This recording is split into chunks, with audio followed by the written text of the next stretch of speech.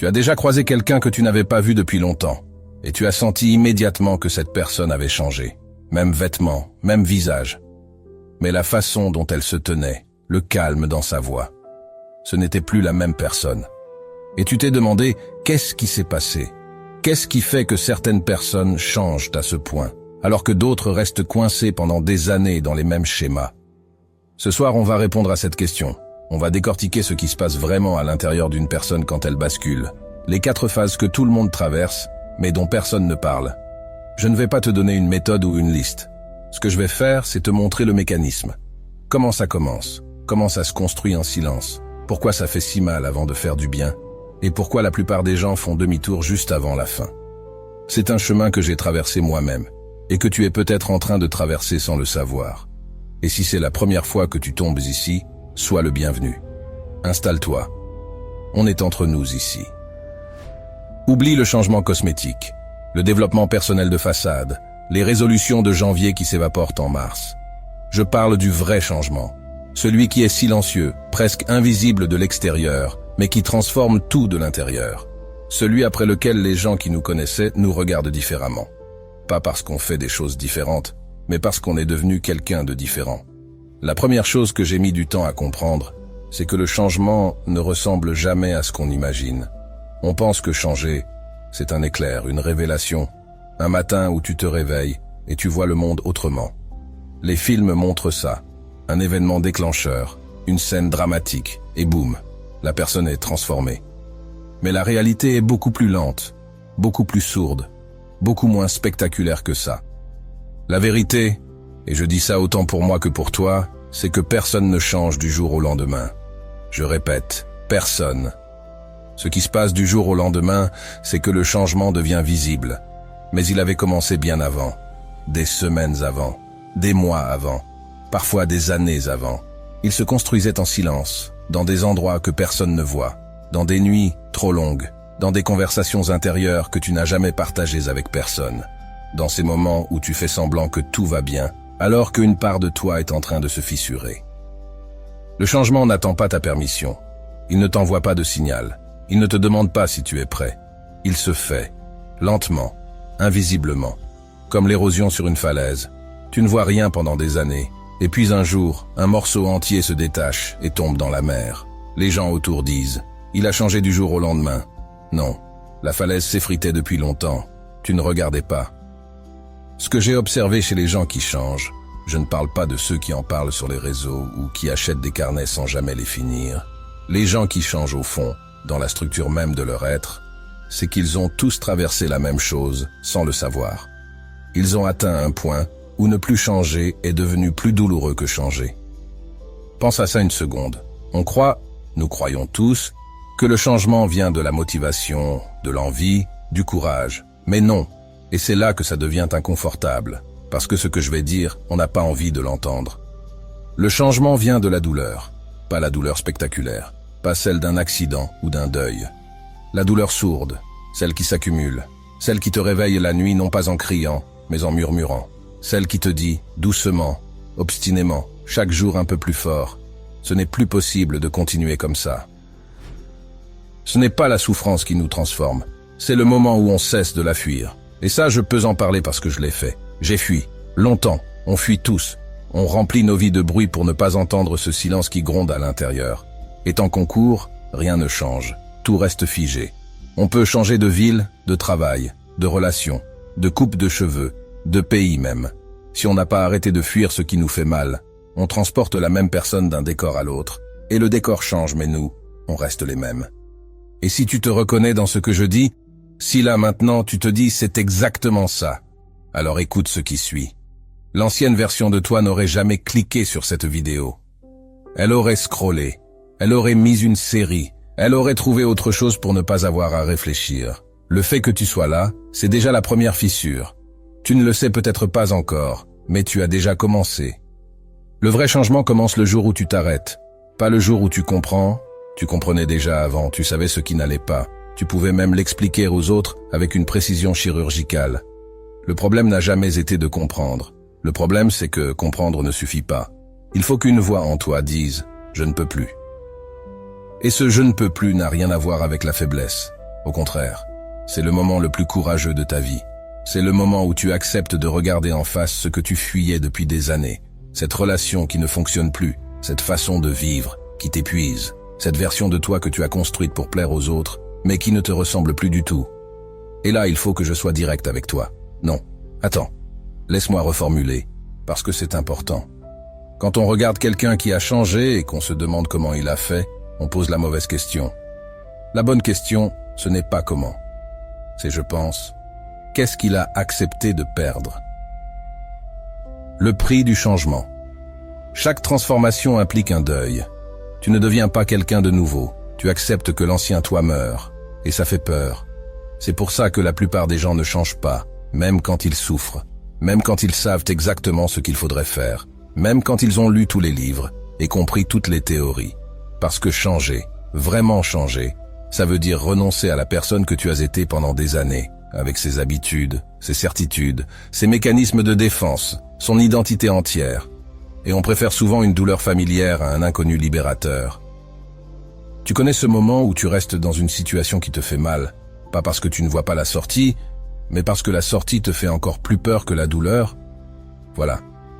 On s'accroche à ce qu'on connaît, même quand ce qu'on connaît nous détruit.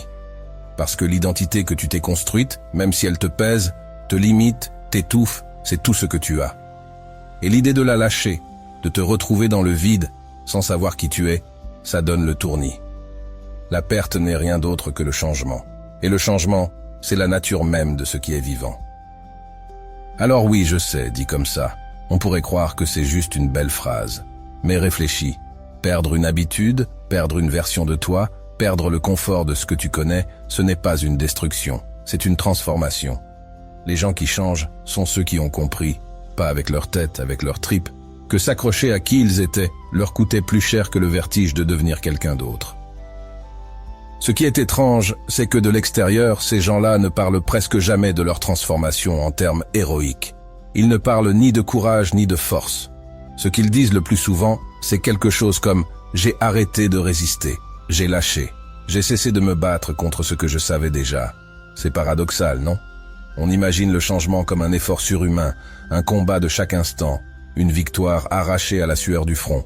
Mais ceux qui l'ont vécu te diront le contraire. Le moment du changement, ce n'est pas un moment de tension maximale, c'est un moment d'abandon. Pas d'abandon au sens de la défaite, mais au sens du lâcher. Comme quand tu portes un sac trop lourd depuis des heures et que tu le poses enfin. La douleur ne vient pas du fait de le poser, la douleur venait du fait de le porter.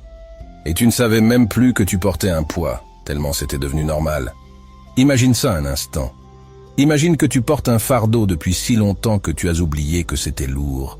Que tu as construit toute ta posture, toute ta démarche, toute ta façon de vivre autour de ce poids, et que tu penses que c'est normal, que tout le monde vit comme ça, que cette tension permanente dans tes épaules et dans ton ventre, c'est juste la vie. Et puis un jour, tu le poses. Et tu découvres que tu peux te tenir droit, que tu peux respirer profondément, que tu peux marcher sans effort. Et tu te demandes, comment j'ai fait pour vivre comme ça pendant toutes ces années? C'est ce que vivent les gens qui changent. Ils ne deviennent pas plus forts, ils deviennent plus légers. Ils n'ajoutent pas, ils soustraient. Et cette soustraction, cette élimination de tout ce qui était faux, forcé, emprunté, cette opération de vérité, c'est ça le vrai changement. Pas un ajout de compétences ou d'habitude ou de routine matinale, un retrait de tout ce qui n'était pas toi. Bon, maintenant, il y a quelque chose que je voudrais explorer avec toi, et c'est ma propre théorie. Ce n'est pas dans un livre. C'est ce que j'ai compris en observant les gens autour de moi, en m'observant moi-même, en écoutant des centaines de conversations. Je l'appelle la séquence invisible du changement. Les gens qui changent traversent presque tous les mêmes phases, et ces phases, personne n'en parle parce qu'elles ne sont pas glamour, elles ne sont pas inspirantes, elles ne font pas de bonnes citations sur les réseaux. La première phase, c'est la saturation. C'est cette période où tu accumules les frustrations, les lâchetés du quotidien, les compromissions. Tu fais des choses que tu ne veux pas faire, tu dis des choses que tu ne penses pas, tu acceptes des situations qui te diminuent, et chaque fois tu te dis « ce n'est pas grave, je m'en remettrai ». Et tu t'en remets. Mais ça s'empile, quelque part en toi, dans un endroit que tu ne surveilles pas, comme des gouttes d'eau dans un verre qu'on ne vide jamais. La deuxième phase, c'est la fissure. Un jour, Et tu ne sais pas pourquoi ce jour-là, plutôt qu'un autre, un fait banal se produit. Quelqu'un te dit un mot de travers, ou tu rates un détail sans importance, ou tu te regardes dans un miroir un peu trop longtemps, et le verre déborde. Pas avec fracas, avec une clarté froide, presque chirurgicale. Tu te dis, je ne veux plus de cette vie, pas de cette situation, de cette vie, de cette version de moi. Et c'est là que ça se joue, parce que cette phrase, je ne veux plus de cette vie, la plupart des gens la prononcent à un moment ou un autre. Tout le monde a ce moment de lucidité brutale, ce flash de clarté où tu vois ta vie, comme si tu la regardais de l'extérieur, et ce que tu vois ne te plaît pas du tout. Mais ce qui fait la différence entre ceux qui changent et ceux qui restent, c'est ce qui vient juste après. Ceux qui restent, et je dis ceux qui restent, mais soyons honnêtes, c'est nous. Ça nous arrive à tous, moi le premier. Ceux qui restent trouvent immédiatement une raison de ne pas bouger. Ils se disent que ce n'est pas le bon moment, qu'ils ne peuvent pas se le permettre, que les autres comptent sur eux, je ne peux pas les laisser tomber. Et toutes ces raisons sont valides, réelles, elles ont du poids, mais elles sont aussi des couvertures sous lesquelles la peur se cache. Parce que la vraie raison pour laquelle on ne change pas, ce n'est jamais logistique, c'est identitaire. Changer, c'est admettre que la personne que tu as été, celle qui a pris toutes ces décisions, qui a construit cette vie, qui a choisi ces relations, cette personne s'est trompée. Et ça, c'est insupportable pour l'ego. On préfère continuer dans la mauvaise direction plutôt que d'admettre qu'on a fait fausse route. Parce qu'admettre ça, c'est remettre en question non seulement tes choix, mais ta capacité même à faire des choix. Et quand tu doutes de ta capacité à choisir, tu doutes de tout. Alors tu restes, tu t'adaptes, tu trouves des moyens de rendre l'insupportable supportable, une routine confortable, des distractions efficaces, des justifications élégantes. Et ça peut durer des années, des décennies même, jusqu'au prochain moment de fissure qui viendra, il vient toujours, un peu plus fort que le précédent. La troisième phase, c'est le silence. Et c'est la phase que presque personne ne comprend. Les gens qui changent disparaissent d'abord. Pas physiquement, émotionnellement. Ils se retirent, ils parlent moins, ils sortent moins, ils arrêtent de se plaindre, d'expliquer, de justifier. Et de l'extérieur, ça ressemble à de la dépression, à de l'isolement, à un repli. Mais de l'intérieur, c'est le contraire. C'est une reconstruction. C'est comme un bâtiment qu'on rénove. Pendant les travaux, de l'extérieur, on voit les échafaudages, la poussière, le bruit, et ça ressemble au chaos. Mais à l'intérieur, quelqu'un est en train de refaire les fondations. Et cette phase de silence, de retrait, de solitude choisie, c'est peut-être la phase la plus importante de toute la transformation. Parce que c'est là que tu te retrouves face à toi-même sans bruit, sans distraction, sans le personnage que tu joues pour les autres.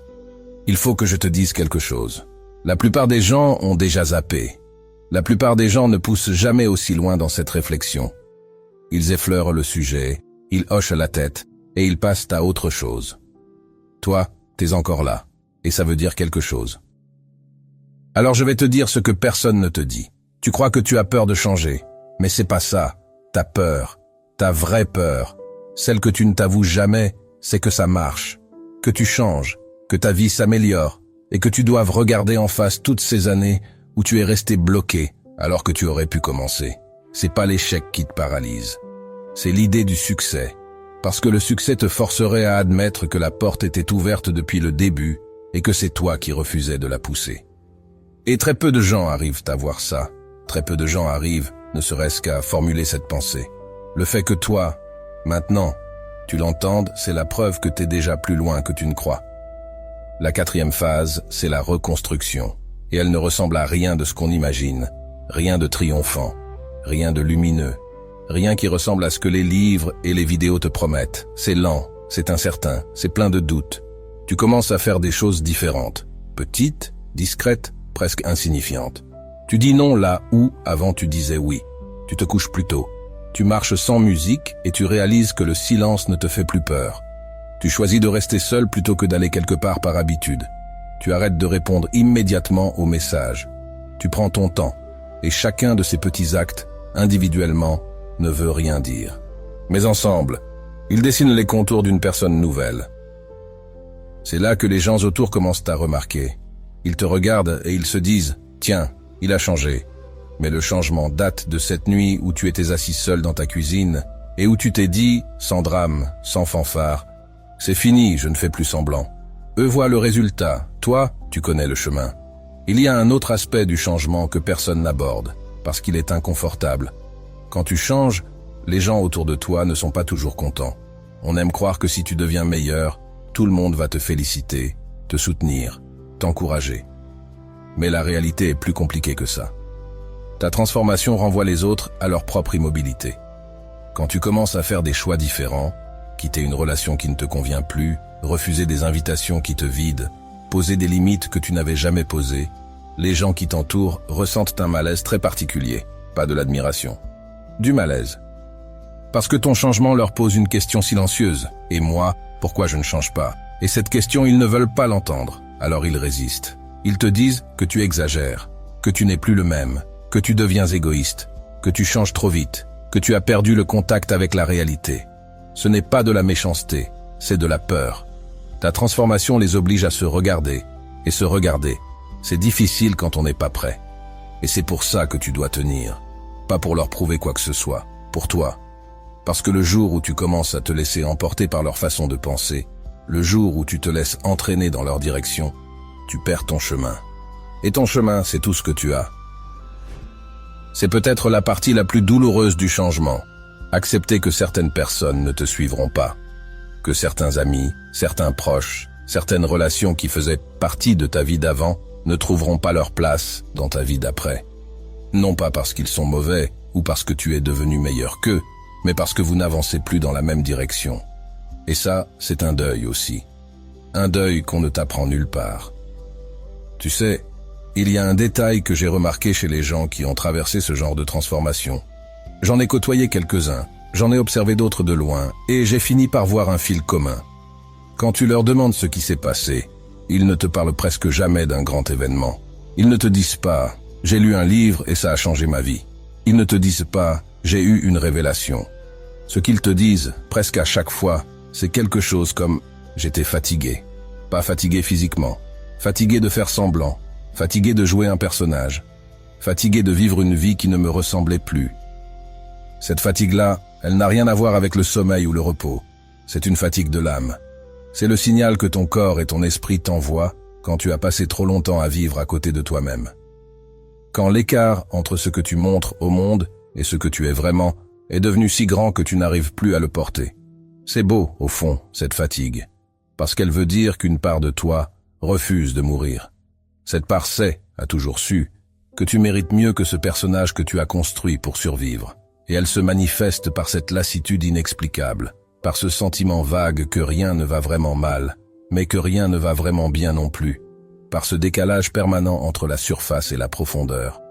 Tu sais comment je le reconnais chez les gens, ce décalage? C'est dans les silences, quand tu demandes à quelqu'un comment il va, et qu'il y a cette micro-hésitation avant qu'il réponde. Ça va? Oui, ça va.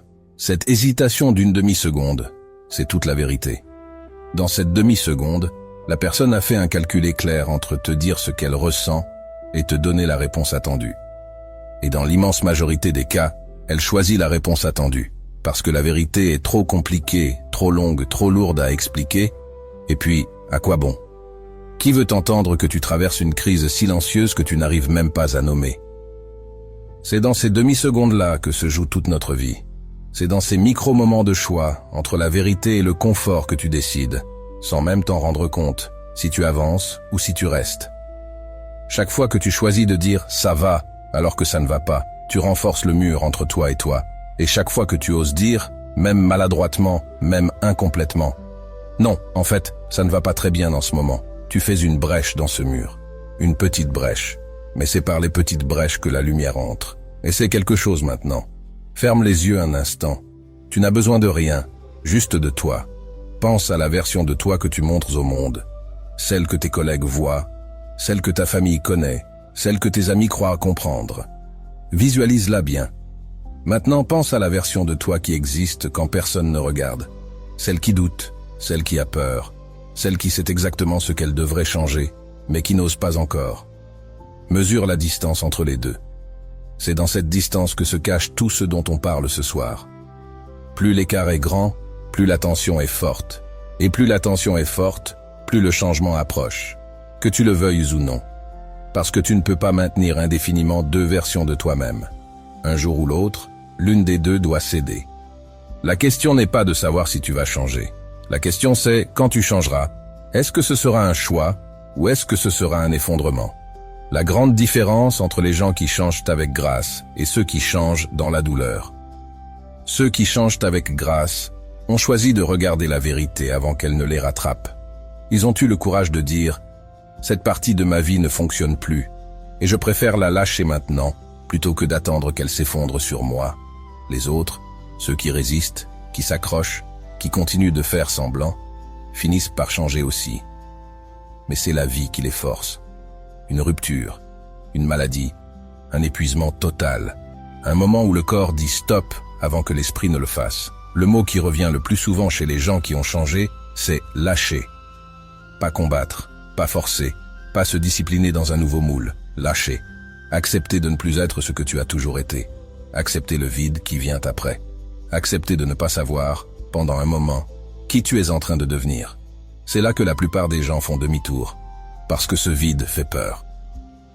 Parce que ne pas savoir qui on est, même pendant quelques semaines, quelques mois, c'est vertigineux dans un monde qui te demande constamment de te définir, de te présenter, de répondre à la question « Tu fais quoi dans la vie ?» avec assurance et clarté.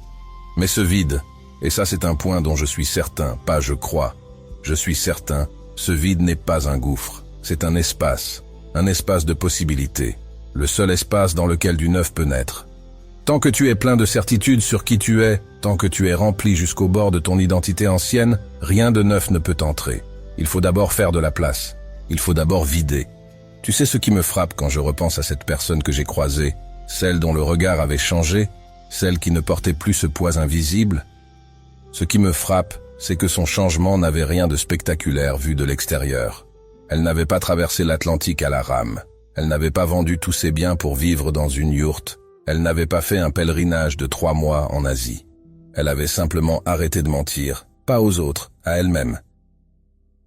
Elle avait arrêté de se raconter que tout allait bien quand rien n'allait. Elle avait arrêté de sourire quand elle avait envie de pleurer. Elle avait arrêté de dire oui quand tout son être criait non. Et ça, vu de l'extérieur, ça ne ressemble à rien. De l'intérieur, c'est une révolution. Parce que le mensonge le plus épuisant, c'est celui que tu te fais à toi-même. Et ce mensonge-là consomme une énergie colossale. L'énergie de tenir un personnage, de contrôler chaque mot, chaque geste, chaque réaction pour qu'il corresponde au personnage que tu as décidé d'être.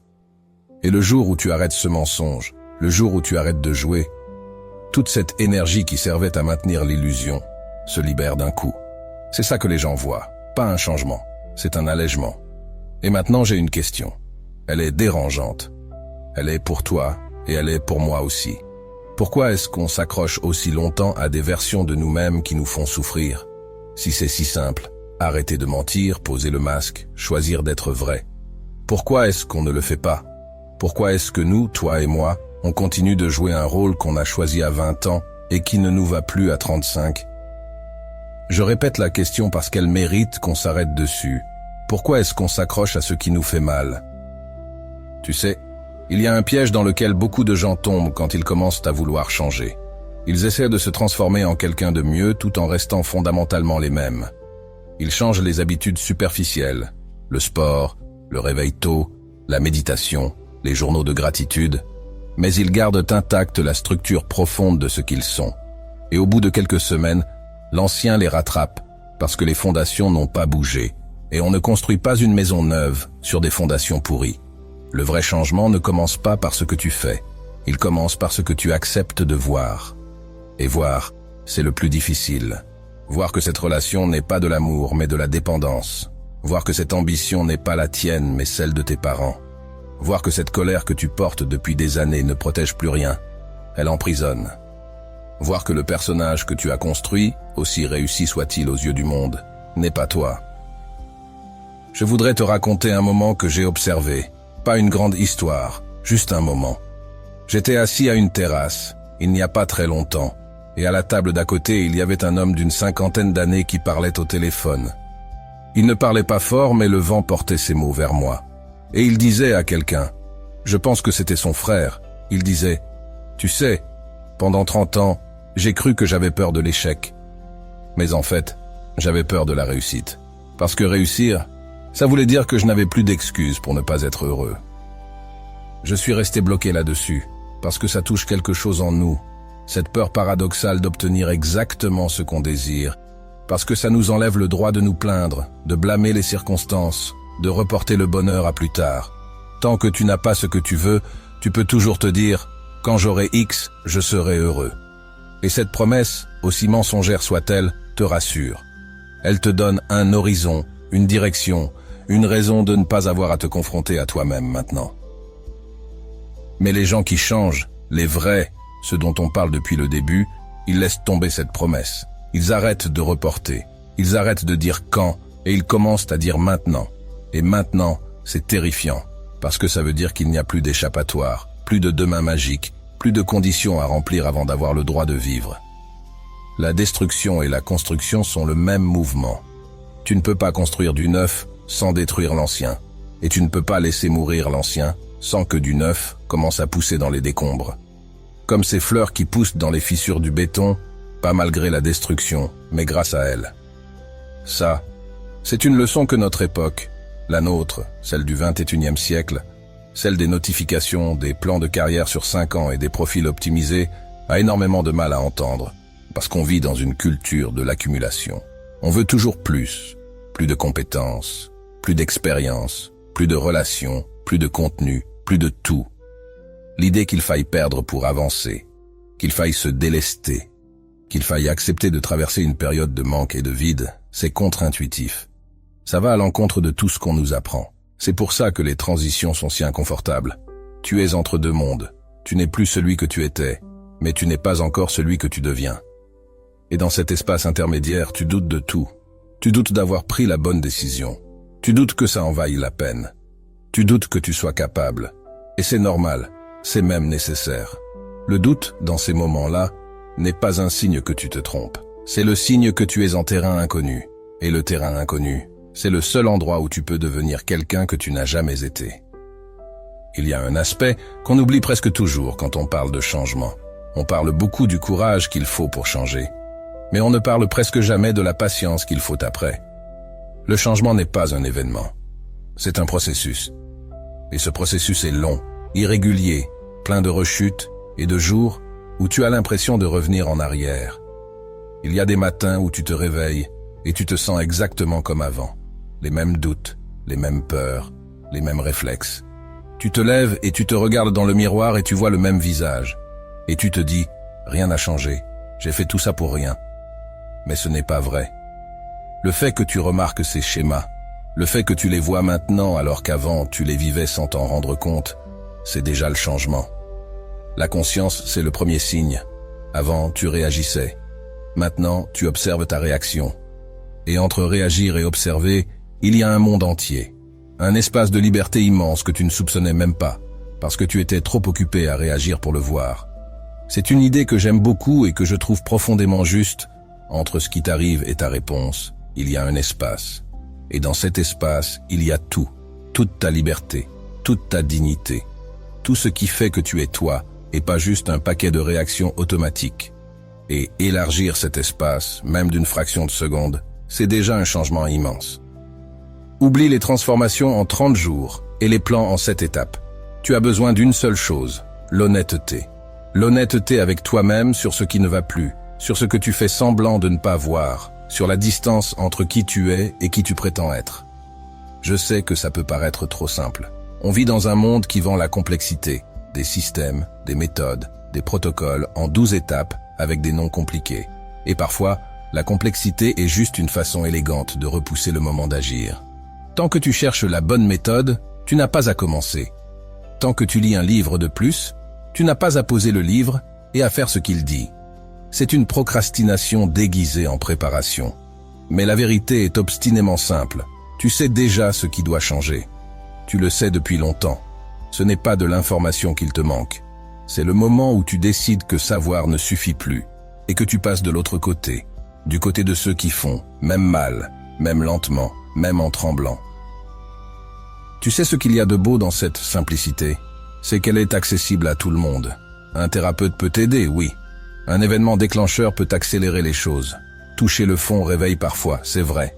Mais rien de tout ça n'est nécessaire. Au fond, tu as juste besoin d'un moment d'honnêteté. Un seul, un moment où tu te dis « Je vais arrêter de me raconter des histoires. Peut-être que c'est ce soir, peut-être que c'est demain matin, au réveil, quand le monde est encore silencieux, c'est que tu es seul avec toi-même avant que la journée ne commence. Peut-être que c'est dans une semaine, dans un mois. Le moment viendra. Il vient toujours. La seule question c'est, quand il viendra, est-ce que tu auras le courage de ne pas détourner le regard? Le vrai courage, il est là. Et il est plus rare qu'on ne croit. Ce n'est pas de changer. C'est de regarder ce qui est, tel que c'est, sans l'embellir, sans le minimiser, sans le fuir, et de dire « oui c'est ça, c'est là où j'en suis, et c'est d'ici que je repars ». Et peut-être que tu te dis en m'écoutant « mais moi, j'ai essayé tellement de fois, et chaque fois, je suis revenu au même endroit, avec les mêmes habitudes, les mêmes faiblesses, la même fatigue, et ça te décourage. Ça te donne l'impression que tu n'es pas fait pour changer, que certaines personnes ont ça en elles, et que toi, tu ne l'as pas. Mais je veux que tu saches que ce n'est pas vrai. Ce n'est pas du tout vrai. Chaque tentative, même ratée, même avortée, même suivie d'une rechute brutale, a laissé une trace en toi. Chaque fois que tu as essayé, tu as élargi un tout petit peu cet espace entre ce que tu es et ce que tu fais. Et un jour, et ce jour n'est peut-être pas loin du tout, cet espace sera assez grand pour que tout bascule. Et à partir de cette honnêteté, tout le reste suit. Pas vite, pas facilement, pas en ligne droite, mais ça suit. Parce que la vérité a cette propriété étrange. Une fois que tu l'as vue, tu ne peux plus faire comme si tu ne l'avais pas vue. Elle travaille en toi, même quand tu essaies de l'ignorer, même quand tu retournes dans tes anciennes habitudes, même quand tu fais 3 pas en arrière. Elle est là, et elle attend. C'est peut-être la chose la plus rassurante dans tout ce dont on a parlé. Tu ne peux pas rater ton changement. Tu peux le retarder, tu peux le fuir, tu peux le repousser de 10 ans, mais tu ne peux pas l'empêcher. Parce que cette partie de toi qui sait, cette partie de toi qui voit clair, même quand tu fais semblant de ne pas voir, elle ne s'éteint pas, elle est patiente, elle est tenace, elle est comme une graine plantée dans la terre qui attend son printemps. Tu peux l'ignorer, tu peux marcher dessus, tu peux construire du béton par-dessus, mais un jour, elle trouvera une fissure, et elle poussera. Et ce jour-là, tu ne te diras pas « je suis devenu quelqu'un d'autre ». Tu te diras « je suis enfin devenu moi ». Et c'est ça, la différence entre un changement de surface et une transformation profonde. Le premier te rend méconnaissable aux yeux des autres. Le second te rend reconnaissable à tes propres yeux. Se connaître, c'est bien, mais se traverser, c'est autre chose. Traverser la peur, traverser le doute, traverser le vide, et arriver de l'autre côté, un peu plus léger, un peu plus vrai, un peu plus proche de ce que tu es sous toutes les couches que le monde a déposées sur toi. Tu sais, il y a une idée que je n'ai comprise que tardivement, une idée toute simple, mais qui a tout changé dans ma façon de voir les gens, ceux qui changent et ceux qui restent. Les gens qui restent bloqués ne manquent pas de volonté. Ils ne manquent pas de courage. Ils ne manquent pas d'intelligence. Ce qui leur manque, c'est la permission. La permission de ne plus être celui qu'on attend qu'ils soient. La permission de décevoir. La permission de faire de la peine à des gens qu'ils aiment en choisissant leur propre chemin. La permission de dire « ce que vous voulez pour moi n'est pas ce que je veux pour moi, et je suis désolé, mais je choisis ma vie ». Et cette permission, elle est peut-être la chose la plus difficile à se donner, parce qu'on a grandi dans un monde qui nous apprend exactement le contraire. Depuis l'enfance, on nous récompense quand on se conforme et on nous punit quand on dévie. On apprend très vite que l'amour des autres est conditionnel. Fais bien, sois sage, correspond à ce qu'on attend de toi, et tu seras aimé. Et cet apprentissage, il s'imprime tellement profond en nous qu'à l'âge adulte, on continue de fonctionner sur ce programme sans même s'en rendre compte. On continue de chercher l'approbation, on continue de modeler notre comportement sur ce qui plaît aux autres, on continue de trahir nos propres désirs pour maintenir la paix, le lien, l'harmonie de surface. Et le prix de cette paix de surface, c'est une guerre intérieure permanente. Et cette permission, personne ne te la donnera. Jamais. Tes parents ne te diront pas « va », sois différent de ce qu'on espérait. Tes amis ne te diront pas « change », même si ça veut dire qu'on se verra moins. Le monde ne te dira pas « abandonne le personnage, on t'aimera quand même ». Cette permission, tu dois te la donner toi-même. Et le jour où tu le fais, c'est le jour où tout bascule. Voilà pourquoi le changement n'est pas une question de stratégie ou de méthode. Je dis ça avec conviction parce que je l'ai vécu, pas parce que je l'ai lu. C'est une question de décision intérieure.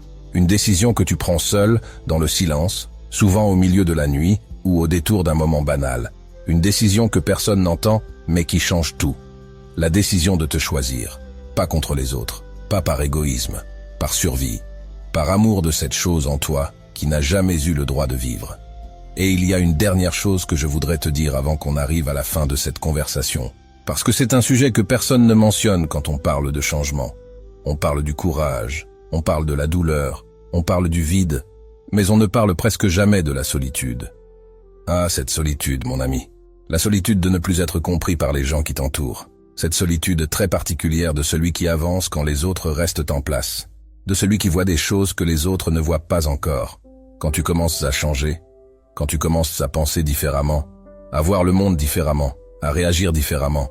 Il y a un moment où tu te retrouves dans un entre-deux étrange. Tu n'appartiens plus au monde d'où tu viens, mais tu n'es pas encore arrivé dans celui vers lequel tu vas. Et dans cet entre-deux, tu es seul. Pas abandonné, seul. C'est différent. Abandonné, c'est quand les autres partent.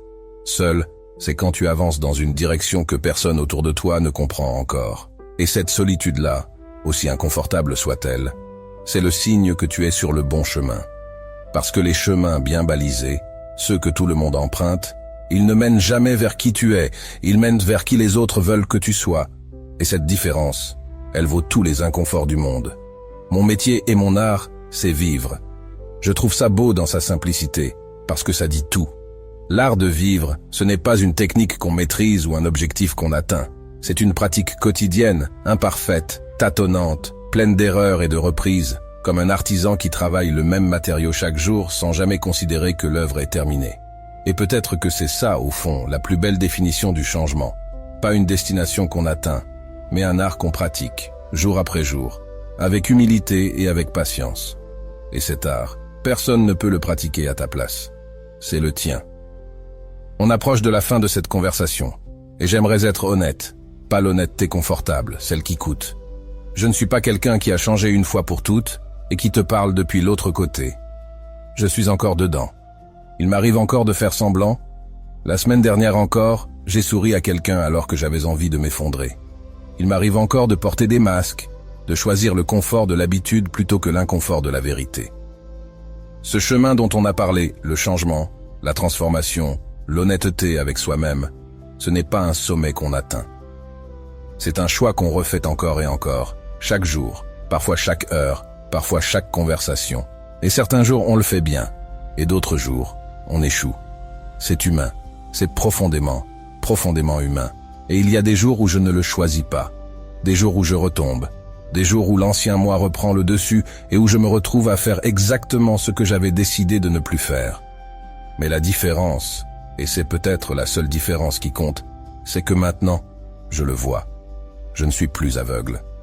Et quand tu n'es plus aveugle, même les rechutes deviennent des leçons, parce que chaque rechute te montre où se cache encore la peur, où tu n'as pas encore été honnête avec toi-même.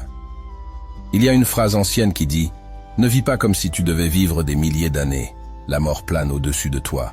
Tant que tu vis, et que tu le peux encore, deviens quelqu'un de bon. » Et quand on applique ça au changement, ça veut dire que tu n'as pas besoin de changer ta vie entière d'un coup. Tu as besoin de changer aujourd'hui. Juste aujourd'hui. Faire un choix vrai aujourd'hui. Dire une chose honnête aujourd'hui. Poser un acte courageux aujourd'hui. Et demain, recommencer. C'est tout. C'est aussi simple et aussi difficile que ça. Si tu es en train d'écouter ça et que tu sens que tu es dans cette phase de saturation, de fatigue, de décalage entre ce que tu montres et ce que tu es, alors je veux que tu saches ceci. Ce que tu ressens n'est pas un dysfonctionnement. C'est un signal. C'est la partie la plus authentique de toi qui refuse de s'éteindre. Et elle a raison de résister. Elle a raison de te secouer. Elle a raison de te rendre insatisfait, parce que l'insatisfaction, quand elle vient de l'intérieur, quand elle ne peut pas être soulagée par un achat, une distraction, une nouvelle relation, cette insatisfaction-là est sacrée. C'est ton âme qui dit « il est temps ». Je répète, il est temps. Maintenant, tu as un choix. Tu peux fermer cette vidéo et retourner à ta vie telle qu'elle est. Personne ne t'en voudra. Personne ne le saura. Ou tu peux rester assis une minute, juste une, et te poser la seule question qui compte. Est-ce que je fais encore semblant? La réponse ne regarde que toi.